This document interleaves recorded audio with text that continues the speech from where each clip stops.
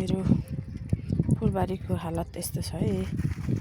अब चाहिँ पानी पर्न थाल्यो, अलिक राम्रो हुन्छ होला यस्तो छ है। खासै राम्रो छैन।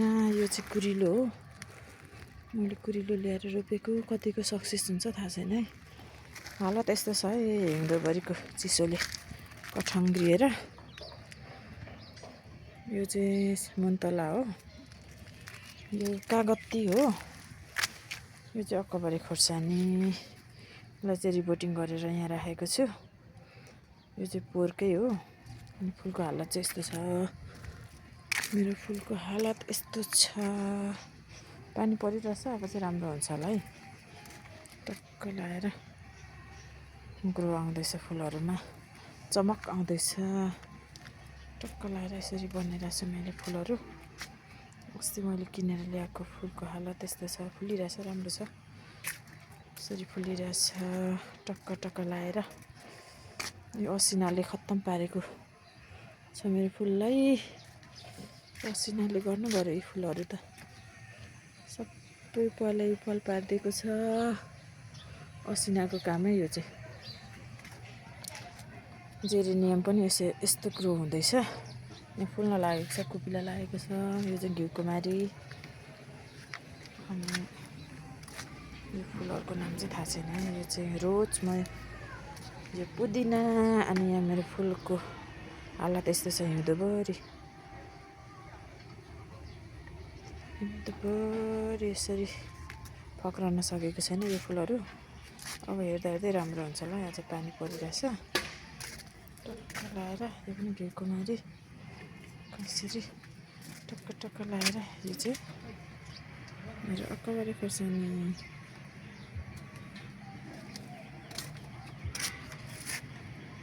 यसरी फुल भइरहेछ हो मेरो फुलको हालत। टक्क लाएर भइरहेछ।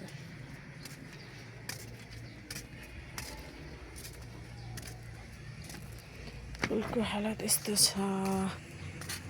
मेरो फुलहरू रमाइरहेछ। जोस् पानी परेर खुसी छ। यो फुल चाहिँ जहिले फुलिरहेको छ हौ। यो काँडे फुल चाहिँ फुलिरहेको छ जहिले पनि।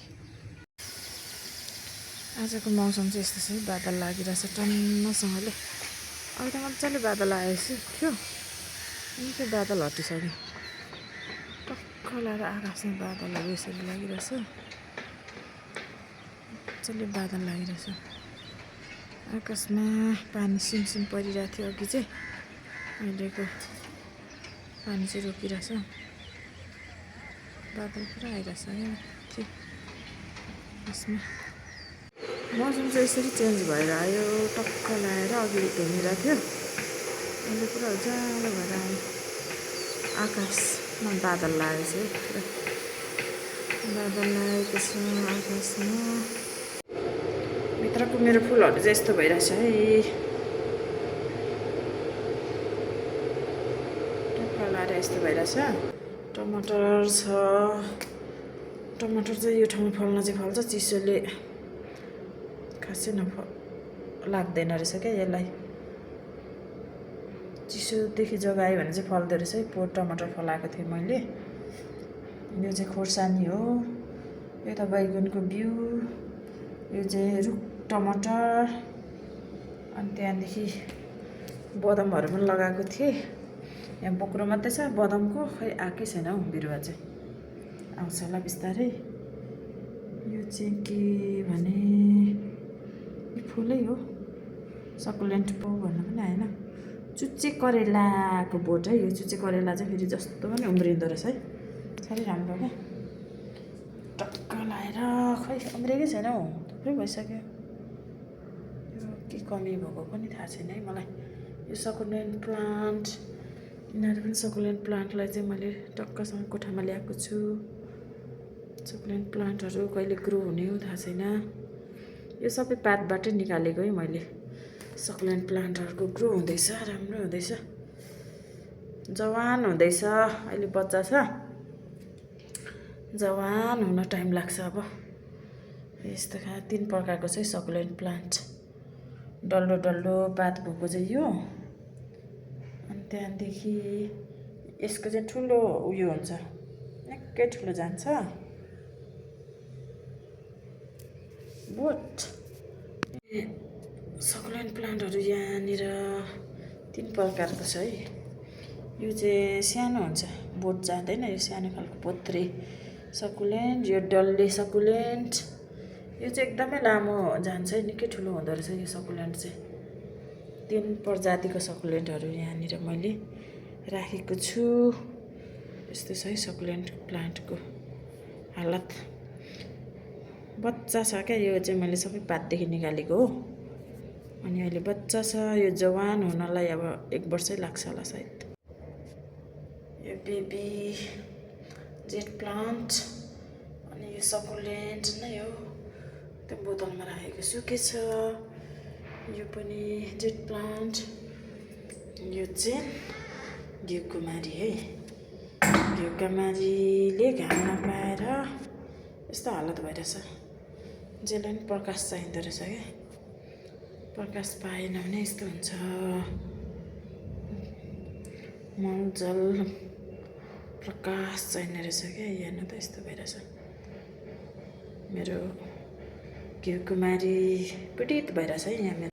यो चाहिँ मैले राखेकोदेखि अहिलेसम्म फेर्नु परेको छैन, किनभने यहाँ प्रकाश पनि आउँछ क्या, घाम झ्यालबाट आउँछ। त्यसले गर्दाखेरि यो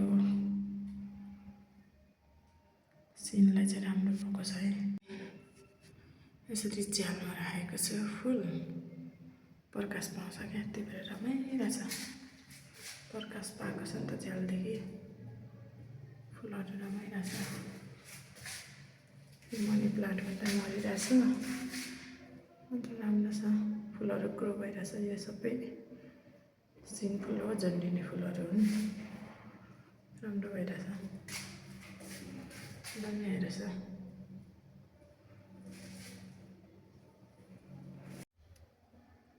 यो अर्किड हो, यो माटोमा पनि फुल्दो रहेछ क्या। अस्ति एकपल्ट फुलाइसकेको छ, दामी फुल्छ।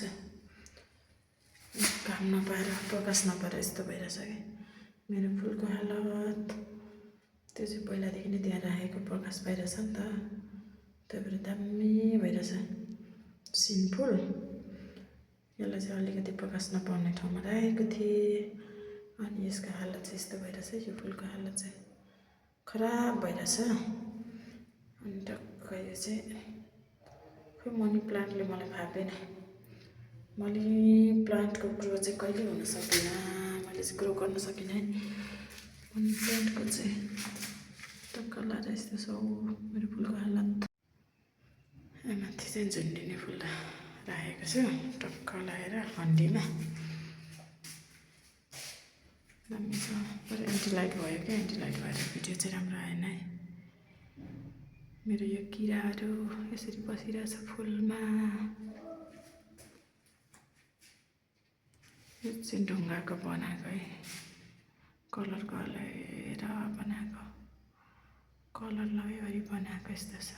फुल हो, फुल छ, फुल्न पनि तर खासै राम्रो फुल्दैन। यो चाहिँ सिलको लागि मात्रै रहेछ कि। टक्क यहाँ किराहरू छ, फुलहरू यसरी राखेको छु टक्क लगाएर।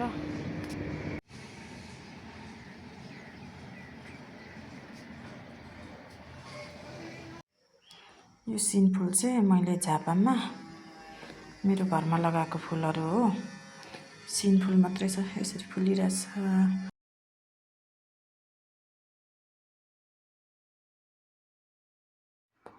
मेरो घरमा चाहिँ सबै सिन फुलहरू मात्रै क्या, झुन्डिने फुलहरू मात्रै छ क्या, सबै सिन फुल मात्रै छ। फुल्ने फुल चाहिँ कम्ती छ क्या, सबै सिन फुलहरू मात्रै छ मेरो घरमा चाहिँ।